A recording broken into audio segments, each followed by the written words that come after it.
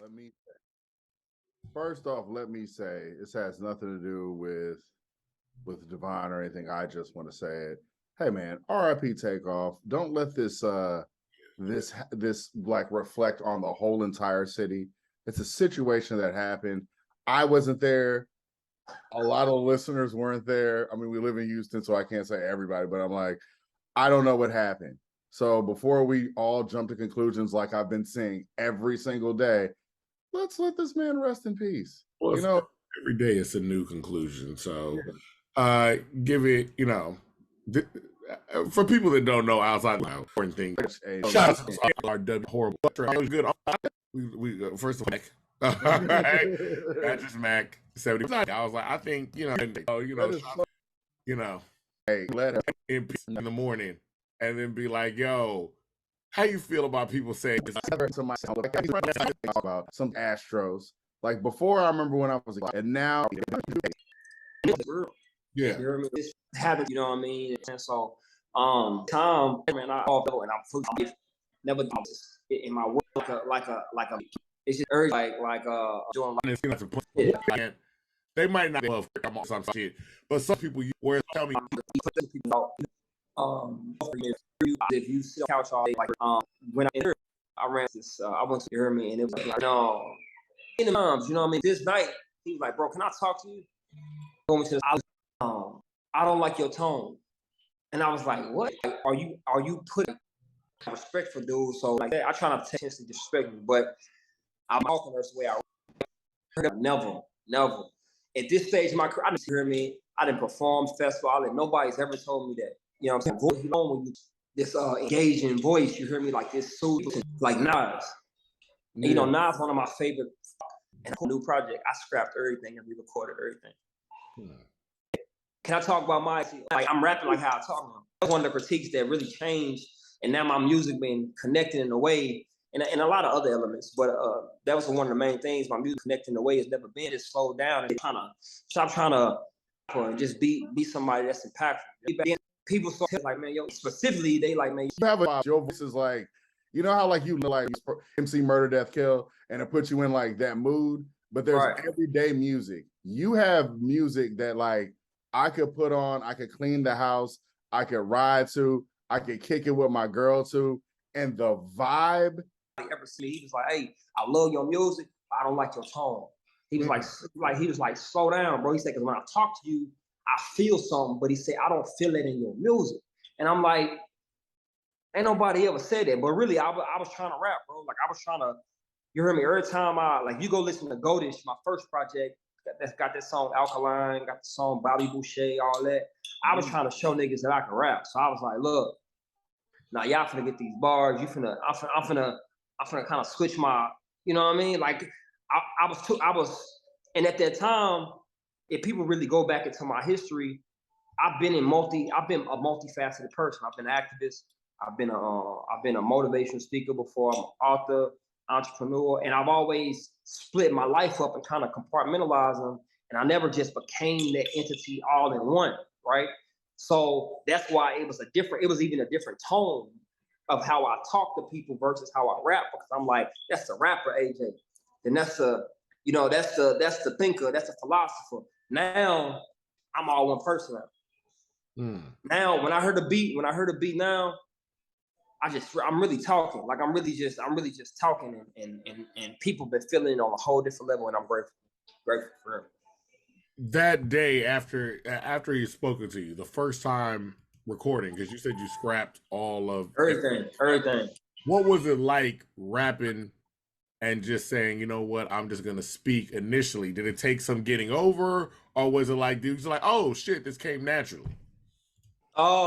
No, to this day, you know, I catch myself sometimes, you hear me, like, but that project, so the project that I contribute to dude telling me that is that Can Anything Good Come Out of Wellston project that I dropped. So they got that song Liberation on it, where literally the first verse I said, you know what I fought through just to get her? I evolved so much, I feel like I don't fit her. And I said it just like how I talk. And that's one of people's favorite songs, man. They I contribute I contribute that whole project and everything moving forward. to him. You know what I'm saying? Now the God Body I just dropped, the God Body got it's a little bit of both because it's some songs that I had recorded prior. So actually, Anxiety is old. Really? Anxiety is 2 years old. Elderberry is 2 years old. Mansa Musa. It takes some getting used to. I had to catch myself because again, I wanted to put on this mold. And even when if you talk to my friends and family now, they be like, they'll tell you like, okay, the AJ that y'all interview and the AJ now, it's two different people. Almost, damn near, right? Because it's like I found myself. And so that's what I transparently want people to know, man, you forever evolving. We always finding ourselves, man. You don't have to, you're not a prisoner to being who people think you are. You know what I'm saying? I'm everything in one now, and now God has been using me on a whole different frequency for sure. Did you ever feel like you were a prisoner of what people thought you were? Yes, I had imposter syndrome for years, man. Like, cause when I got sent away, like I told you on the first interview, after I got shot up and I got sent away, I stayed with 6 different families. You heard me? So yeah. I had to kind of, in order to have a place to stay, I kind of had to fit the role, you know what I mean? And so I was always battling within myself. Some of the families I stayed with, Christian families, some of them I stayed with, people that didn't believe in God at all. You know what I mean? I stayed, but I never could be myself, especially with the streets. Like I had to suppress anything that reminded me of the streets or that shows that side of me. I had to suppress it. You hear me? Like I couldn't really show that, but I was really lying to myself because deep down inside, I knew that I still had PTSD. I said a lot of stuff. I still had, this yearning for wanting to be and connect the dots in my hood and all that. And I want to be a beacon of light for the people. But at the same time, I didn't want to be so disconnected from where I go back to my hood and nobody want to hear me talk because they feel like I'm better than everybody, right? So I had to kind of go through that whole thing. But this me is a me that I don't care about none of that, right? Because I know that everything is coming from a pure place, a pure heart. And if you heard the conversations, and I don't know if y'all been seeing a video, like I've been for the last couple of months, I just been posting videos of just me talking. Yeah. I just been like my team came up with the idea. They said, AJ, and they didn't come up with this idea before I stepped into this element, right? Prior to this, they wouldn't have came up with the idea. They didn't come up with this idea until I started being like, I started being unapologetic. You know what I'm saying? They was like, man, you need to talk. Like people need to hear your perspective. Hey, we went viral about 5 times already. NDI reposting, Talib Kweli, we can go on, right? And I'm like, why this didn't happen before? It's because God knew I need to get to this place, for real. And that's, what I was going to talk to you about. We were talking about in the intro where we said, Instagram has changed things where you don't necessarily see. So when I talked to you a couple of months ago and then I went and looked, I was like, nah, it's a lot more. I will say before, your outside marketing was like, I can rap and here's a video. And it was very marketable. Like, it's like, it was well put together. I said, for an independent artist, you move like you've got this great team behind you, got all this stuff going, everything's going. And then when I went back and looked, it's like, it felt like you were seeing more behind the scenes. Like I was like, oh, no, this ain't about a video or nothing. This is literally him just talking, just getting out his feelings. And it is one of those things too, where it makes you even more relatable. Yeah. When you talk about and we've talked about this in prior interviews, we talked about this on the side too. This feeling of always making sure you're relatable to where you come from. Because that's in my eyes, that's always been the audience you've been talking to. It's like, I want to show people where I came from. How do you, like my brother said, you do this and it don't come off as corny? How do you do that? Because people might say, like, dog, I don't want nobody preaching. I don't want nobody just. But when they call me, you know what I mean? It's this, it's that. I'm putting money on the guy's books every week. You know what I'm saying? I got OG that just called him Rico. Like, it's stuff that people wouldn't even know unless I talk about it. You know what I mean? So this me is even able to speak to them. in a different way, because before, what I didn't realize that I gave off was ultimate poise. Even though I didn't feel like I did, you know what I mean? But because I wasn't talking, you heard me? I was just rapping. There's no video, it ain't too many videos of me talking and really sharing my personal experiences, from relationships to God, to the politics, to just life. It's not too many videos, and I've always been a talker. Like everybody in my inner circle know, I'm an intellectual, but I didn't want to put myself out there in the public like that. You know what I mean? And leave myself open for critique, not even critique, leave myself open for a public opinion. You know what I mean? But now that's what leadership is. You know, we take the responsibility of the people. You hear me? You can't lead the people without being critiqued by the people. You know what I mean? And so that's where I find a balance. And I'm still finding, like I say, I'm still finding a balance every day. But this, the AJ y'all interview, Ali, my hair wasn't even like this, by the way. Yeah, I got 11 locks now. When I interviewed with y'all, I had 180. You know what I'm saying? So we went through a whole, just unlearn and relearn, man. And I'm telling you, if I showed y'all the messages that I really get every single day now, and I'm like, bro, I've been rapping for years. You know what I'm saying? Like, what is it? Nah, I mean, it's the season, but two, I had to change everything, man. I had to look at myself and say, hey, you're an opportunist. Hey, you just want to be seen. You want to be seen and not be felt. And then I'm looking at myself like, is that the case? Nah, I want to be felt now. And I feel like people feeling me on a whole different frequency. Wow. So what was it like when you saw like that initial response? When you're seeing things like, oh, okay, Erykah Badu retweets. And we're talking about, like I said, when we had you on, you had been rapping. So it's like for somebody that's like going through their career and it's like, I've been rapping and I've received acclaim for my rapping. People know I can rap. People know the stuff that I rap about. People know the positivity I put out there. And you're not corny, even back then. Back to the youth. And then you change, I'm not going to say everything, but you change the element. And it's like a tweak. And then all of a sudden it's like Erykah Badu, Talib Kweli, Essence. Like all these people start retweeting and it's like, oh, okay. So what was that like, that initial response? Man, I think the first thing that happened was, what was it? I think my son, y'all know my son. My son. Okay, my son had inboxed me, you hear me, and followed me and was like, hey, can you talking? And I'm like, I've been talking. So what? I'm like, I've been talking, but what? And I went to the video and I'm like, that's me every day. That was the first one. Then it went crazy from there. I got and then somebody in my team had a great idea to say, AJ, post on TikTok. I ain't never been on TikTok before in my life, right? So I posted the same videos I post on Instagram on TikTok. Yeah, if y'all go to my TikTok, I got multiple videos that's over 400,000 views. Wow. You know what I'm saying? So Instagram, one thing, the energy on my TikTok crazy. I got one that's gonna hit 500,000 probably by the end of the day. Yeah. And I'm watching the comments in real time, and they like, who is this man? Like, where this man been?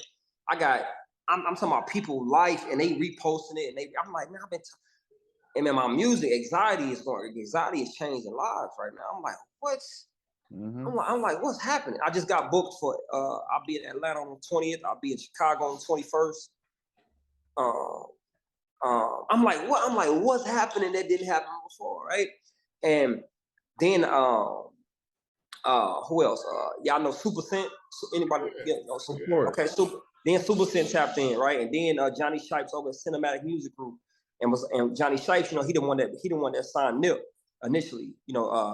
Crit used to be at Cinematic, Nip used to be at Cinematic, all that. Then Johnny Shipes hit me and they put me on the Smokers Fest mixtape. They put my song Routine on the Smoker Fest. I'm like, what? Hey. I'm like, now? I'm like, so now y'all feeling me, right? Not even in a cocky way, right? I'm just saying now y'all feeling me. So that's what it is, been affirmation after affirmation. And God has been good, man. So it's I take it as affirmation, right? Like, hey, you on the right track. Like I say, my goals are big. My mom's still in the hood. So as far as I'm concerned, I got a lot of work to do. You know what I'm saying? But it's been amazing. It's been affirming. And we finna keep on doing what we doing, but we finna take it up a notch even more. And you know what? Since you did mention, you said like, you know, my mom's in the hood, and that's something we deal with when we talk to a lot of our artists. What is it like to deal with being well known? And it's like, yo, I seen you. Like Erykah Badu reposted you. You know, I saw you on tour. So I know you got it. And you like, dog, I'm working.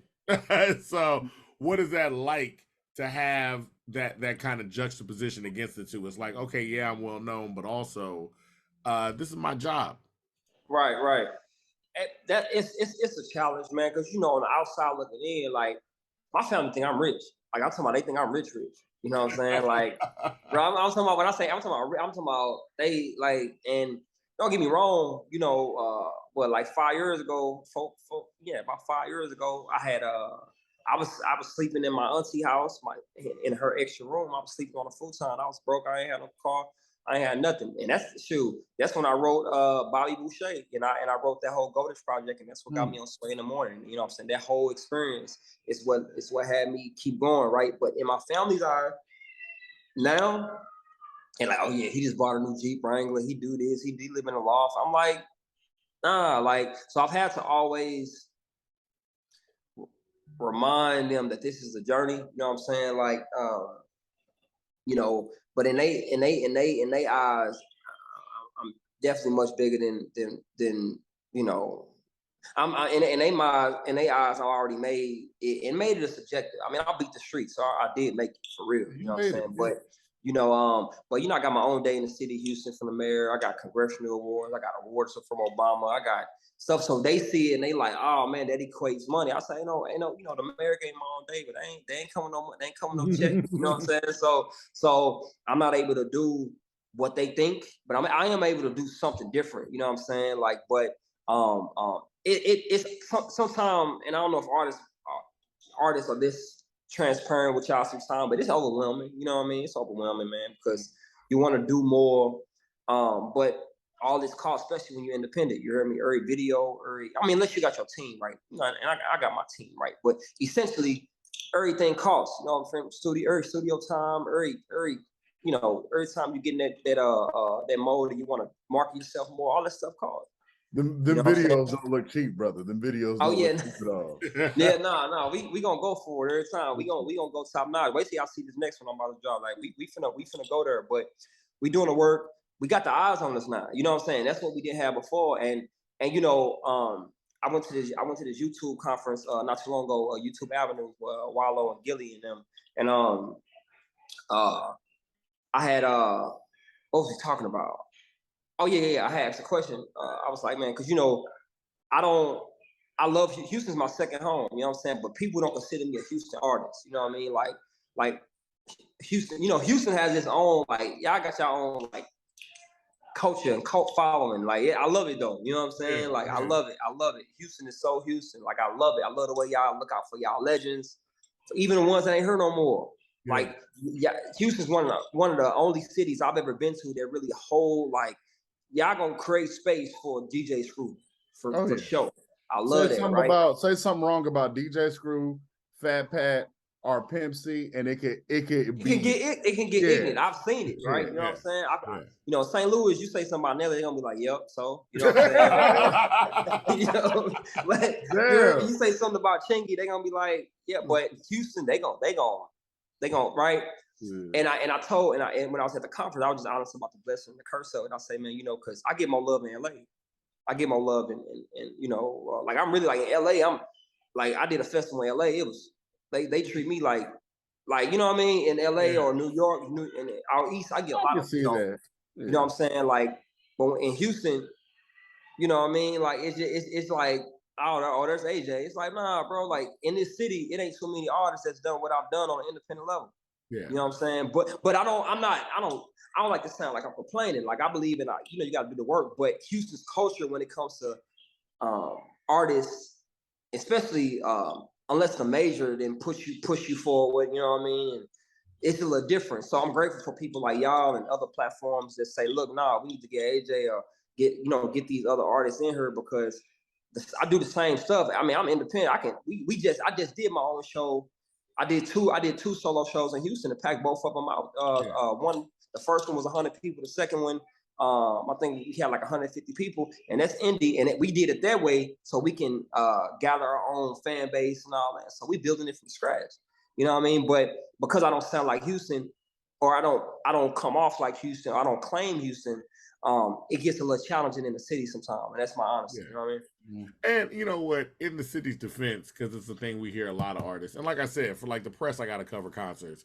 Houston, a different city where it's like we'll support you monetarily, but like we'll show up to your concert, we'll sell it out, but we might not bob our heads.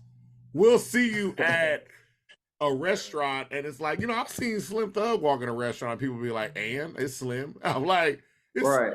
Slim Thug.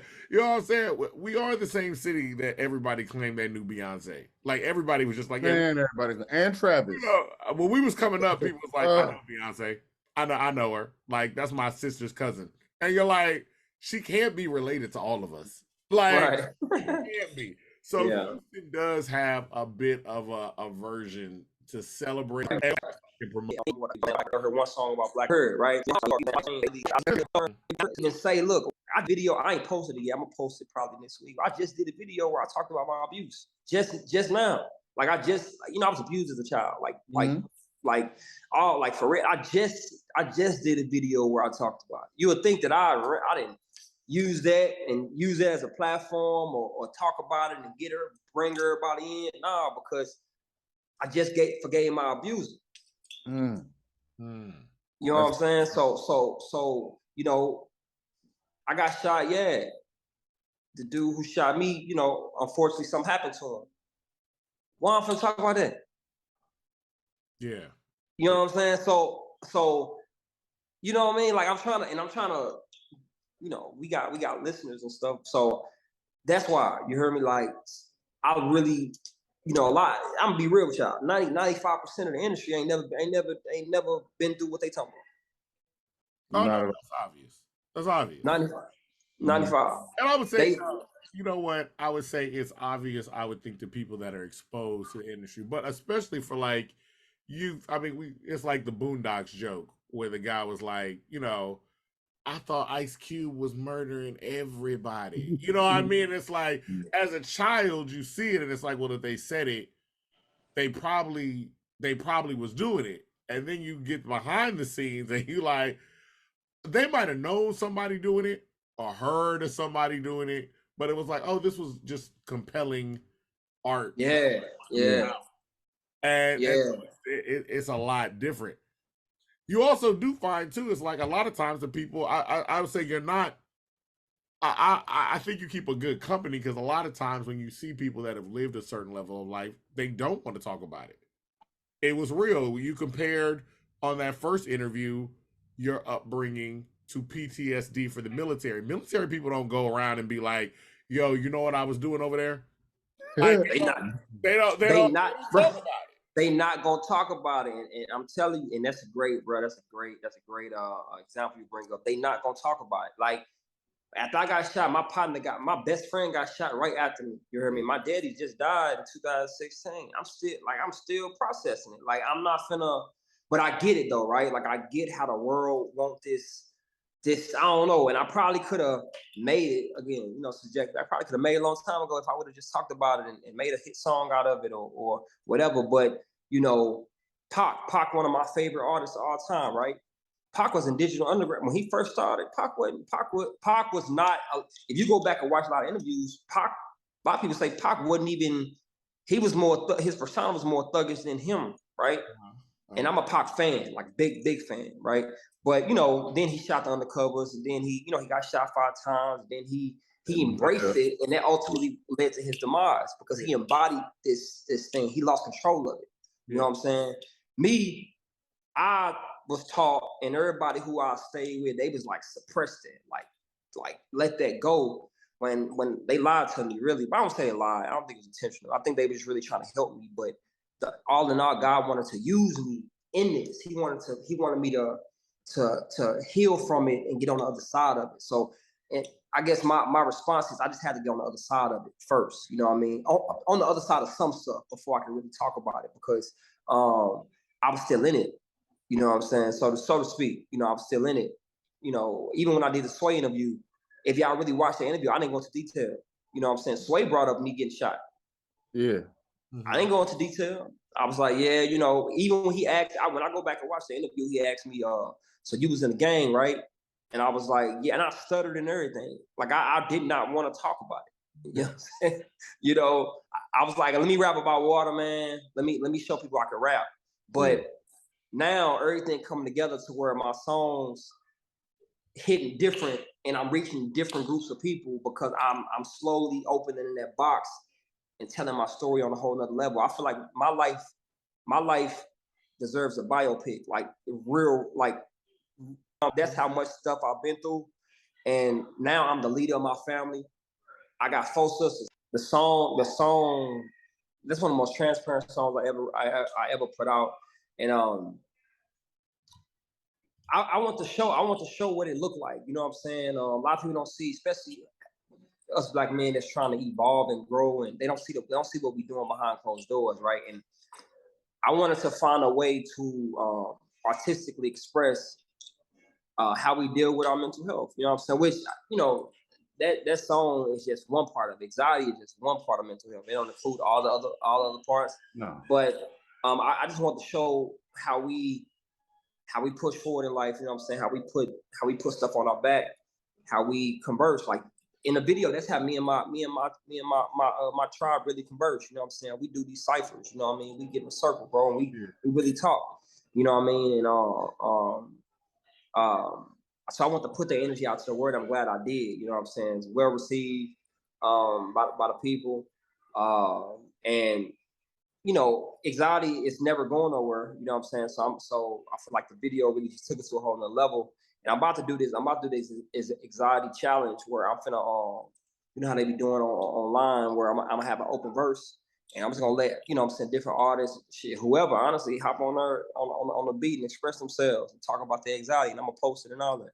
Oh, that makes perfect sense because you was on that open verse the last time that I reposted it. Yeah. So that makes perfect sense for you to do the same thing. But you know, what makes I know we've covered that you've been through a lot, but like what makes, like, why did you go down this path instead of the other path? Like, what makes mental health so important to you, rather, I guess, if I'm trying to. Yeah. No, that's a great question.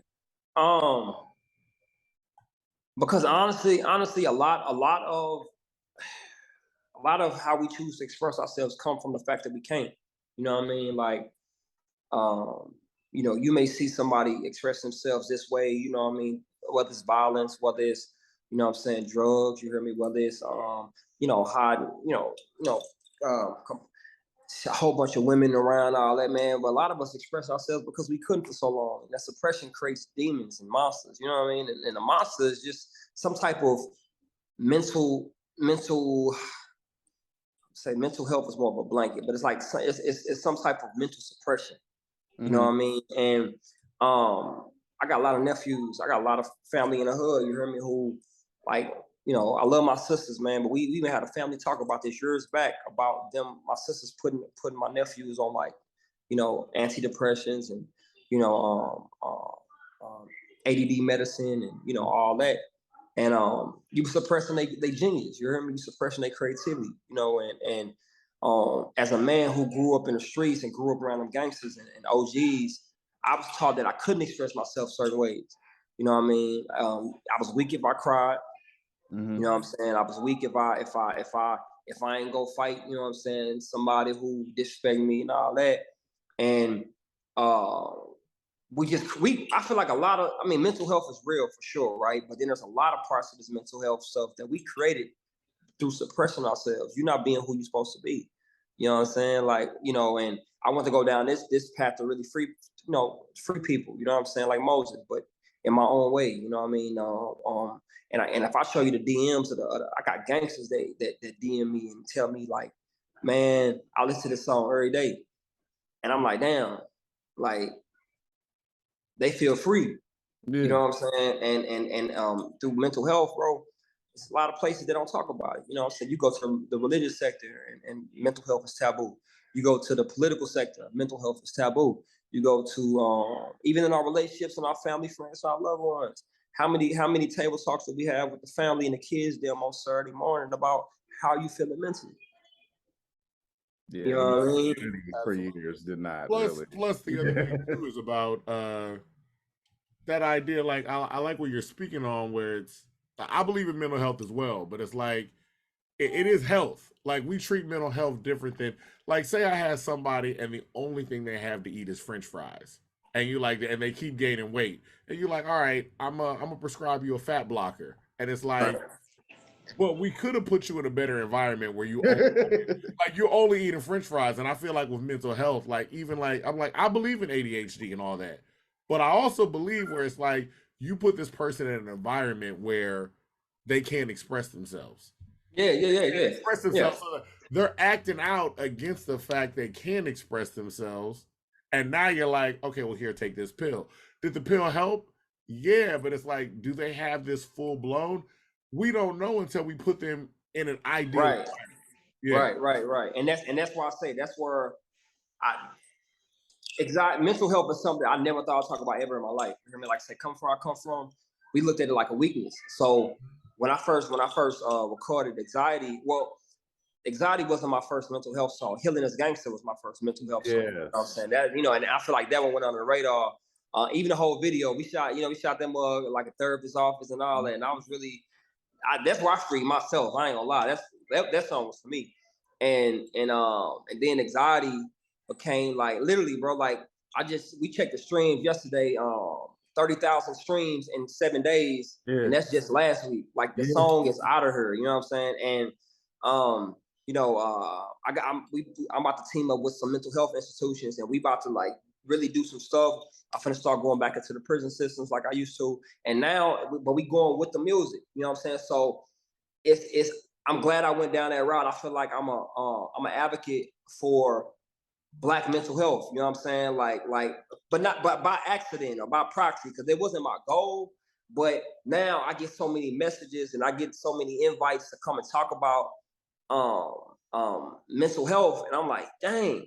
So that's why I'm grateful now, because I have to get on the other side of even my own PTSD. I used to have real bad PTSD. I still got it to this day though. You know what I'm saying? But it used to be bad. So I had to get on the other side of it, because I don't want to be hypocritical about my own journey. You know what I'm saying? As and where I'm at. And now we on the other side of it. And now everything is making sense. You know what I mean? As you get to talking about like your life and experience you've gone through, and I'm asking this because like we talked about Ice Cube and NWA. I thought that Ice Cube, because he did a bulk of the writing on that NWA album, that first album with NWA is showcasing what is happening in a community to give information about what's going on. And once Ice Cube leaves, that second album is almost a glorification of that community. So it's a complete difference. There's showcasing, and then you can cross a line and say you're glorifying. Right. How do you balance the two from saying like, yo, look, I'm showing you what's happening, but I'm not doing this just for entertainment's sake. Right. And a lot of artists that I love have crossed the line into the glorification. Like, it's like, yo, I told y'all what it was, but this makes me money. So here we go. So how do you strike a balance between the two? I feel like a lot of it, you heard me, is context. A lot of artists, you got people glorifying the fact that some artists go in the studio and just push record. They don't even write no more. You know what I mean? They don't write no more. And I feel like from me being a writer, like I love writing. You hear me? Like when I was in school, my highest grades was in writing, like creative writing. I love to write. I love, don't get me wrong, I can freestyle. Like a lot of songs that people think I like Routine, that's a whole freestyle. I ain't even write nothing on that. But some, my team will tell you, we recorded the song in an hour and the video the same morning. My videographer showed up. We shot the video at the crib same morning, all that. Cause I was in that mode, right? But on some stuff where you're trying to really get a point across, you need context. So all that recording just to record, you don't have context no more. So in my song Mansa Musa, I said, it's a bar where I was talking about it. If people really listen to the bar, I'm talking that shit. I said, dang, what I said. I'm gonna do the second verse. I said, well, your backbone, nigga, what's your vision like? Are you on point with your goals, with your precision? Like, yeah, you like chasing them bags, what you're giving. Like, before we get left, make sure you're living right. That's so subjective. It's so subjective. They don't want to get it. I'm on this mic dropping gems. Yeah, I drop electives. No, I mean I'm dropping gems. These for your collection. Just hold them close and you'll see your reflection. Here we go. I know God walking with me, but I still keep protection. I've been abstaining from these streets. And my lifestyle's a blessing, but I keep that magnum on my dresser just in case it's pressure. I don't promote violence, but relax before I get the stretcher. So that whole bar, we know people here because that's a condom reference. I said I keep that. I've been abstaining from these streets. My lifestyle condom a blessing. I keep that magnum condom on my dresser just in case it's pressure. I don't promote violence, but relax before I get the stretching. And so I did that. I did that song at a festival in LA, right? And then this dude came to me. He's like, man, he the one who caught that bar. He like, that was a gangster bar.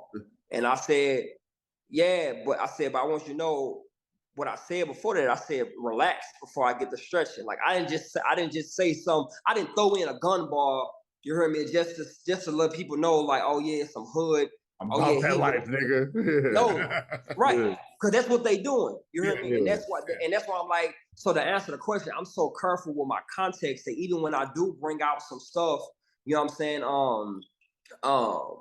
Even when I do bring out a bar or something, I make sure that, okay, I'm not glorifying nothing because I don't support murder rap. It's some artists out here right now, and I won't say no name, but I think they accidentally crossed over to the point to where, and I listen to that music, and I'm like, bro, are you killing? You say it every song, bro, that you talk about your gun every song. Yeah. Like at first it was cute, bro. Literally every song. If I don't know nothing about your music, I know that you got a gun, you'll use it.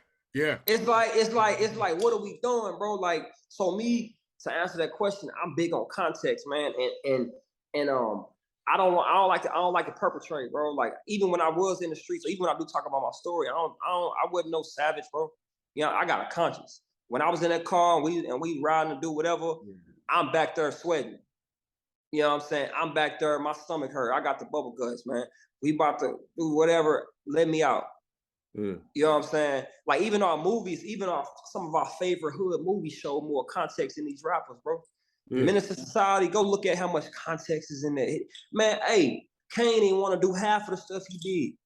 Look what happened at the end of Boys in the Hood. He got out. He didn't want. So our movies, our classics show more context, and we don't hold the artists are accountable for context. Yeah. So me, I'm a Nas fan. Context. You know what I'm saying? Pac fan too, but I can also show you some songs where he lacked context. You know what I'm saying? So to the point to where the youth then can listen to that song and embody that energy and go act out what you're doing. If they go act out what I'm doing with the context, we'll have different results because I said relax before we get to stretching. So I said chill. I said hold on, like that ain't what I want to do. And I also said before that ball, I don't promote violence. So, and a lot of artists take out the context because it ain't trendy. It's easy to say, yeah, I'm from that block. Woo, woo. No, and that song Unsung, I said, and that's one. Unsung is one of the first songs that I put out where I really start going in depth about my story. It's on God Body. I said, it was all for Nubian golf. That's where all of this starts. Landmarks that inspire the art. Lost nigga, the street lights help you get through the dark. Them OGs like doctors, how they testing the heart. Young nigga trying to hide that he's smart. You either in them books or getting booked. Son want a ball, they been booked. We used to stay on the court, but we stayed in the courts because one nigga shoot, we all shoot. We all playing horse. Unstable. That's that whole thing. I just gave you context. I didn't just rhyme gun with fun. I said you either in the books, you either reading the book, or you getting booked. You know how J. Cole said I let Nas down? You didn't. With that, no. Hey, that means a lot to me, dog. That means a lot to me. Like I'm a Nasir fan, man, and it's the context and the reason why our rappers. And again, it's really the whole world, man. Like it's not as trendy no more to put context in there. It don't fit the TikTok 30 seconds. It don't fit none of that no more, man. Like, and I don't care. I'm gonna hold the art up high. And I don't want none of our kids to go out here and try to act like AJ. I don't want it to even be possible to act like AJ because there's a whole bunch of context that you're missing. Yeah, I got teardrops on my face. Yeah, I got tattoos, all that, right? Context though. Context. Yeah, I got shot. Context though. Yeah, I'm from 6400 Wilson. Context though. Mm. And I feel like that's the problem, bro. Like that's my thought. It's a good thing you bring up things like context because, and even talking about like Menace Society, I think movies like Menace Society and Juice that when they came out were attacked because they're like, oh, y'all are just showcasing this, and you go back and it's like these two movies alone are not critiques of the black men in it. They are of the society that black men are placed in. O-Dog and Kane are O-Dog was a murderer. O-Dog is a murderer. Yeah. A serial killer. But he's placed along somebody that is not. And it's like they are just thrust to forward. Like if Juice and Men's Society start, you're on a train ride that they cannot get off. They're on it. Context. Bishop's context. You heard me? When Tupac and Juice, when Tupac, I forgot when Q had closed his locker and Tupac's standing right there, and the whole time Q's scared, bro. He don't want to be involved. The whole time Kane didn't want to be involved in none of that. Kane didn't want them showing the tape after they got, Kane grandpa asked him. He said, "Hey, Kane, do you curve, you live or die?" And he said, I don't know. No. He didn't disrespect. He didn't curse him out. He didn't curse his grandpa. Say, fuck you, grandpa, get off my nuts. So the context in the movies, that's why we hold them up. I don't mind showing my youth them Menace to Society. You know why? Because it's so much context in it. Yeah. They can't get lost in O-Dog without seeing Kane. Exactly. They can't even in the beginning. Kane is drinking the 40. They go in there. We're gonna buy some 40s. Right? Not necessarily we're gonna rob you. He's drinking it, and then bam, what you gonna do? Snitch? Surprise. He's all fast forward to the music. Ain't no context no more. Fast forward to the music. Everybody the killer. And they don't show the person that ain't on none of that. They don't show none of that. So that's why I'm like you gonna hurt context in my music, bro. If you take away, if you leave my show or finish my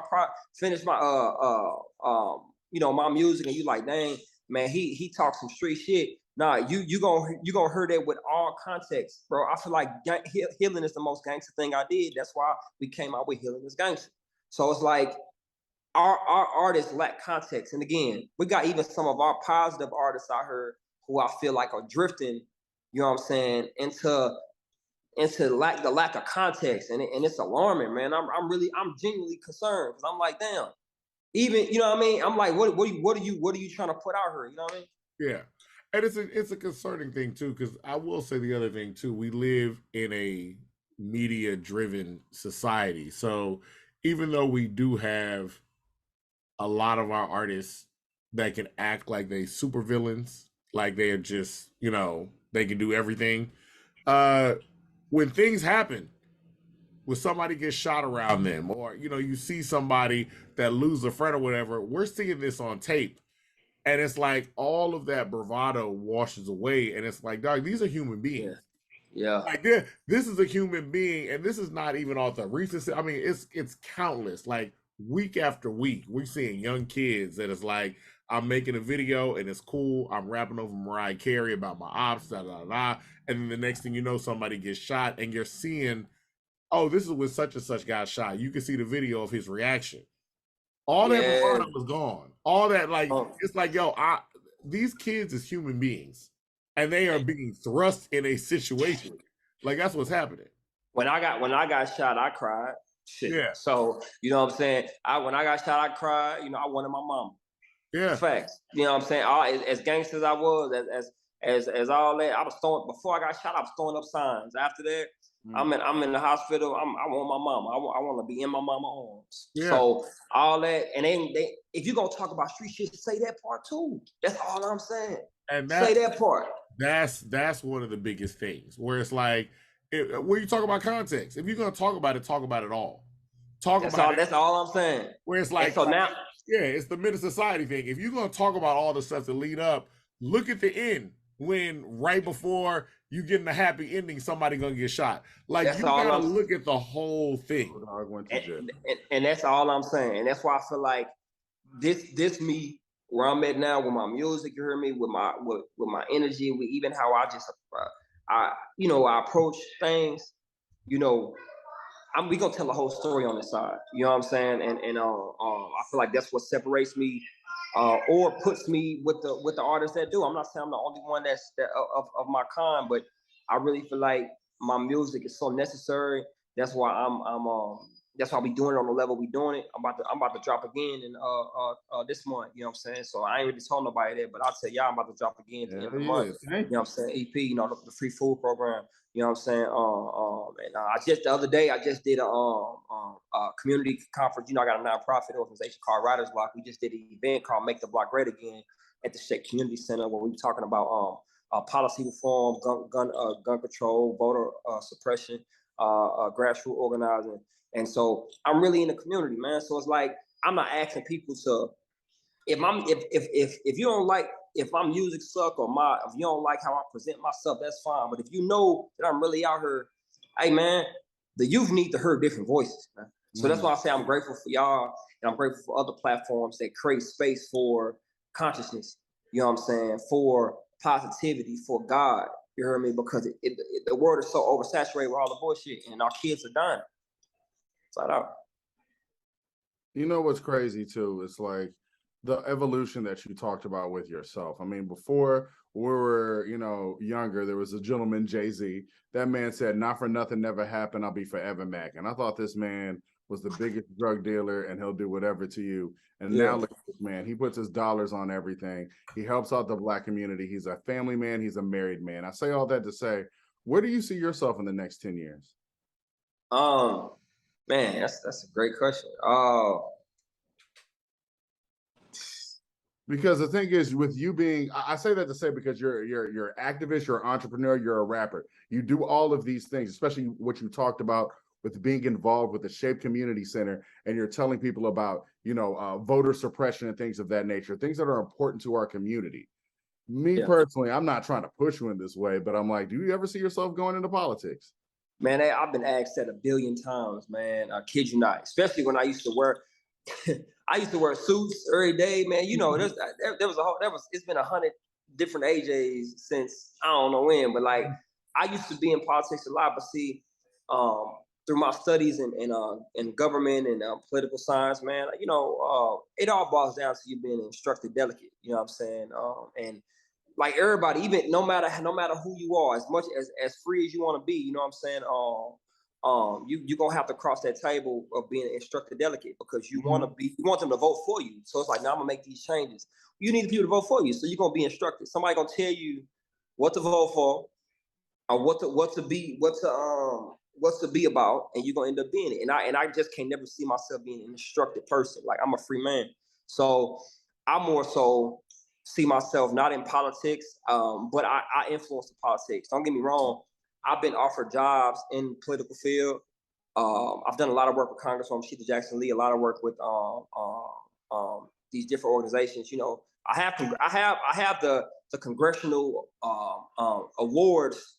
It looked like I've been in politics if people really look at my awards, but I'm an ally.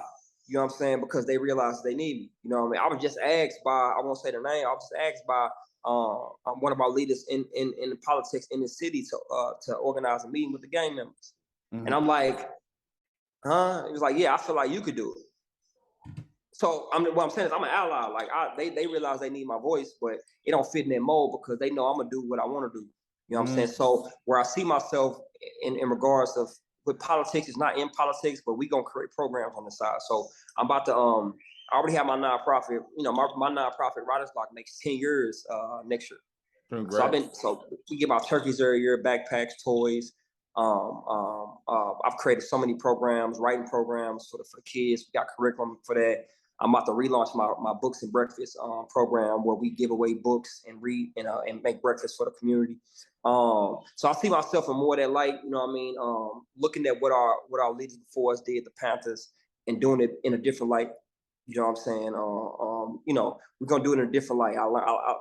Much respect to all them, but we're gonna do it differently and really waking people up and creating programs that outlive me. You know what I'm saying? And even with the music, I plan on rapping, so I can't rap no more. But my voice, I'm finna get back into speaking though. I even suppressed that, you know what I mean? But I've been getting requests to come to colleges and speak again. You know what I mean? So some people they just want to hear me talk. So we going into that realm. And I started writing my second book. So we just gonna do all those things. You know what I mean? And we're gonna do it for the community though, for sure. Oh yeah, doing it and elevating, man. Thank you. Thank you so much once again for coming out. AJ, where can we find you on social media? Yeah, at AJ McQueen on Instagrams.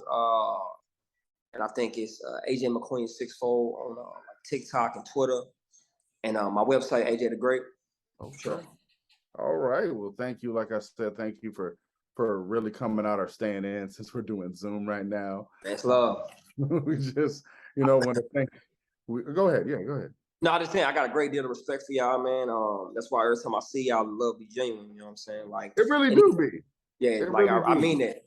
Mean that. You could tell when we saw you at the Benny concert. I mean it wasn't like, oh yeah, them niggas. It was like, good. I was like, oh, thank you. Man, like, you give me an opportunity to share my vision, my voice, man. I got love for you. You know what I'm saying? Then shit, we black men. I love y'all, man. I mean that, and you know what I'm saying. I appreciate y'all supporting what I do for real. We appreciate you. When you got more water bottles dropping? Oh yeah. I'm gonna tell you right now. I have stuff sent to my parents' house because where I live, they gonna pick it up off the porch. But my mom called me during the middle of the day, and she's like, "Your friend came by with a water bottle," and I was like, "Oh, okay, just hold it." She goes, "Where can I get one?" I was like, "You know what? I'm gonna order you 2 on the next batch. All right? Yeah. Get you one." She was like, "Oh yeah," because she goes, "This is nice." I was like, "All right. That's when can we get more of those out?" Yeah, what is this? November. We about to do another run probably in a few weeks. You know what I'm saying? So I'll tap in with you. You know what I mean? And we about to do another run. So in Hydro Hill, it's gonna make 3 years next year. You know what I'm saying? So we sit, man. We moving. We franchise in Oklahoma. We out in Tulsa too. You know what I'm saying? We moving. So in a few weeks. Okay. That's what's up, man. Well, there we go. Once again, it's an In My Humble Opinion podcast. I mean, like I said, I'm Avery, like a very nice guy. You can find me at the Avery. That's THEE_AVRI. That's my brother, Jess Devon. You can find him at Jess Devon on Twitter. Also, you can find him at Dr. Douglas on pretty much everything else, I believe. It's Dr. Douglas, especially on Instagram. You can find us both at My Humble O and at My Humble O 713 on TikTok. We really appreciate everybody out here. Plus the YouTubes. You're right here with us on In My Humble Opinion. Just right down there. Like, share, and subscribe. Tell your friends, tell your mama, tell your brother. We just trying to get the word out because it's about really just information. Sharing information. In My Humble Opinion, y'all. Humbly yours.